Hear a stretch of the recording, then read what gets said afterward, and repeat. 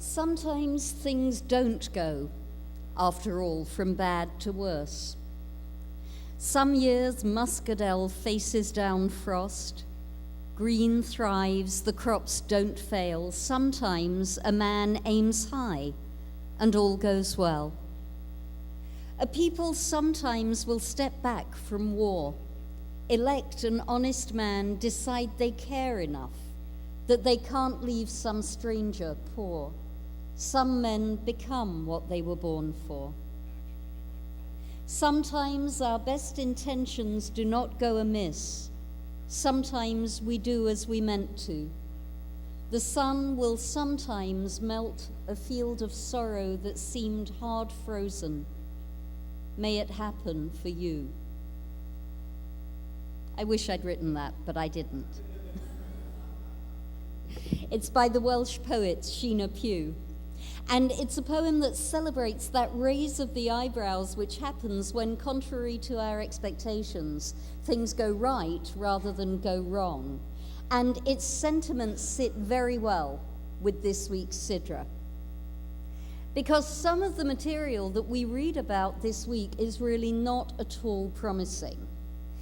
The Torah portion begins with the announcement of Sarah's death not once, not twice, 3 times. Sarah's lifetime, 1, the span of Sarah's life, 2, came to 100 years and 20 years and 7 years, and Sarah died, 3. And it continues with one of those wonderful signals that you get in the written Torah when you look at it.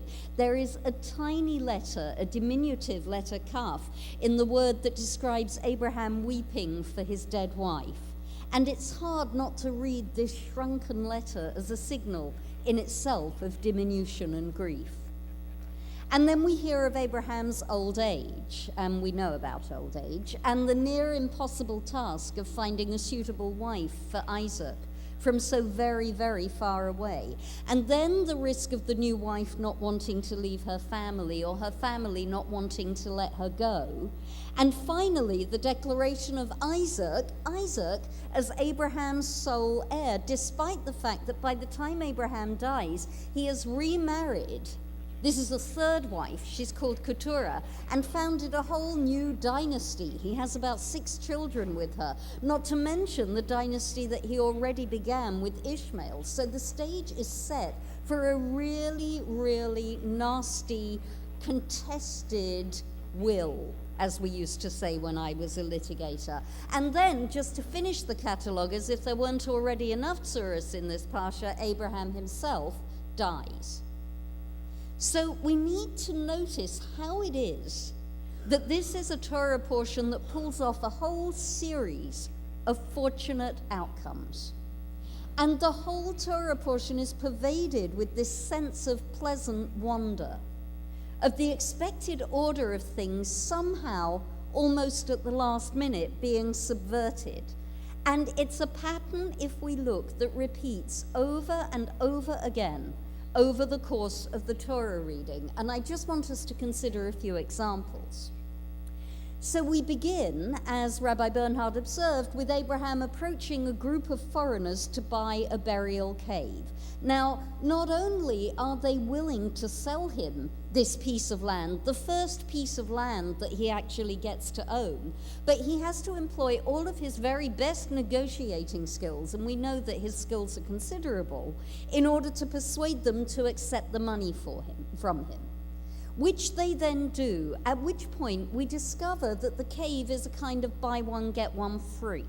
Yes, it's called machpelah. And a number of our commentators note that that word comes from the word that means double. So Abraham gets twice the cave for his money. Then there's that journey that the servant makes that happens within a single verse. But if you look at the geography of that journey, really it's a miracle that he got from one end to the other. The Torah doesn't force the point at all, but he makes the journey, it tells us, from Canaan, which is over here, to Aram Naharaim, which is over here. And there's a river flowing up this way and a river flowing up that way, and all the way across the middle is desert. And he's not exactly traveling light. He's got 10 camels, which is 9 camels more than a sensible person needs to cross a desert with. And apparently he's traveling with all of Abraham's wealth. Now, whether he did actually empty the house and pack it on the camels or not is not clear from the Torah, but whichever way, he was not traveling with nothing. He would have been a very easy target for any random brigands who happen to be running up and down the river. And then he's making a trek around the edge of a desert, and we all know that water is a bit of a scarcity, and nonetheless he and the camels and the wealth all seem to arrive intact. It's so unremarkable, that journey, that the Torah doesn't even bother to tell us. And then there's Rebecca's family. They are not a promising bunch, Rebecca's family. They're not the kind of people that you would want to have at dinner. Nonetheless, they, one after the other, they all fall into line. Even Laban, who is going to give Jacob so much trouble later, even he is found in this story saying, oh, look, this is something that came from God. Question whether Laban ever mentions God again, spontaneously, without it being with the aim of getting him something. And just in case we were missing the message, there is a musical high point in the Sidra. Because we read triennially, we're not going to be reading it until next year. At the central point of the narrative, we find a rare and exquisite note. It's called a shalshelet. It only occurs 4 times in the whole Torah. Cantor Aronoff, sing us a shalshelet if you would be so kind. It's Vayomar, isn't it? The word would be great.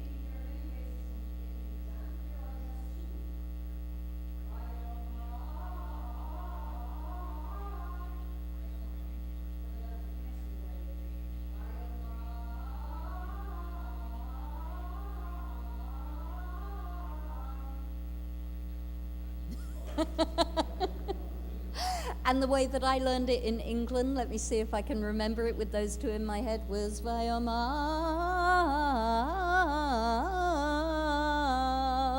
Either way, you get this long, protracted note, and it comes at it, and it has a function, this note. It's clear if you look at the other 3 times it occurs. It is to emphasize an exceptional moment of ambiguity or suspense. Yes? And the exceptional moment, this note is put in the mouth of the anonymous servant at the beginning of his prayer for success on his quest. That's a prayer to a God that is not his own God. He says, God of my master Abraham. So just in case anybody was falling asleep during the Torah portion, the Shalshelet is there once again to focus our attention on something that is about to happen. And sure enough, it draws our attention down to Rebecca herself, who appears right on cue. Ping, there she is, even before the servant has finished his prayer that a quest to find a wife for Isaac will be successful. And look at this girl, please. She is beautiful, and she is compassionate, and she is proactive, and she is fearless, both in terms of announcing who she is and being ready to leave everything that she's ever known and go on a journey across a desert to a place that she doesn't know. Have we heard that pattern before anywhere in the Torah? Thank you. This is the pattern of heroism. And when she sees Isaac, who is at the other end of this, as I explained, long journey, she falls clean off her camel. It says so, Vatipol me'al gamal, she falls off the camel, and Isaac loves her. This is an arranged marriage, but the Torah takes care to tell us that Isaac loves her. And since we're thinking about Isaac, let's focus on what happens to him. The Sidra mentions not once, twice, a place called Be'er Lachairoi. Mark is smiling, yes? Be'er Lachairoi. We hear about it first as the place that Isaac is coming from when he first meets Rebekah. And after burying Abraham with Ishmael, this is the place that is going to become Isaac's home. Be'er Lachairoi. It should be familiar. And the reason that it should be familiar is that it is the place that Hagar fled to, that Abraham's concubine fled to with baby Ishmael. We're told that story twice. And pregnant with Ishmael, where Ishmael's birth was prophesied. And its name means what Hagar called God, what this lonely, pregnant, outcast woman, barefoot and pregnant, called God. El Roi, she calls him, God of seeing, God who sees me, God whom I see. As if this, Be'er Lachai Roi, this well, is a place where the right things do happen. And indeed, at the end of the Sidra, Isaac and Ishmael, who have been rivals all their lives, come together to bury Abraham in the cave that is more than a cave, in the cave of Machpelah, and Isaac settles down. And the Sidra closes with Ishmael's genealogy, not Isaac's, not the place where the story is going to continue, but a genealogy told in the way that the genealogies of the righteous are told, the way that Ishmael's family is to unfold into a nation. And it's as if the same Ishmael, the Ishmael who caused Sarah so much heartache, is finally rehabilitated into the narrative. And with all of that in mind, let's look back again at the opening lines of the Sidra, because on any reading, Sarah's death is tragic. Her lifespan is the shortest lifespan of any human being so far recorded in the Torah. She gets an extra 7 years over the 120 that was prescribed for a human being, but Ishmael outlives her by 10 years, Abraham outlives her by 48, and no doubt this would have upset her. But despite herself, the Sidra which bears her name, the Sidra which is titled Chayei Sarah, the lives, more than one life, of Sarah, rather than her death, tells us a story in which the positive values of love and reconciliation and safety triumph over and over again. And maybe that is why the Torah tells us about her death the way that it does. It points twice over to life.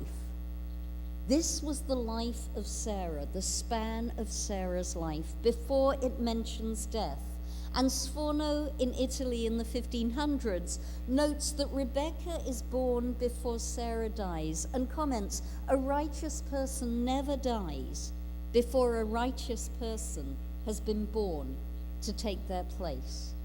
These are the lives of Sarah, the span of Sarah's life, the continuation of the influence of Sarah into the story that comes after her. We should remember that she's the one who steadfastly refused to believe in happiness. She laughed, but it was a bitter laugh. She refused to believe that she could bear a child, and she was proven wrong. And perhaps Sarah's legacy is that sometimes in defiance of belief, sometimes even if only for a while, sometimes despite our worst expectations, things do, after all, go well. Shabbat Shalom.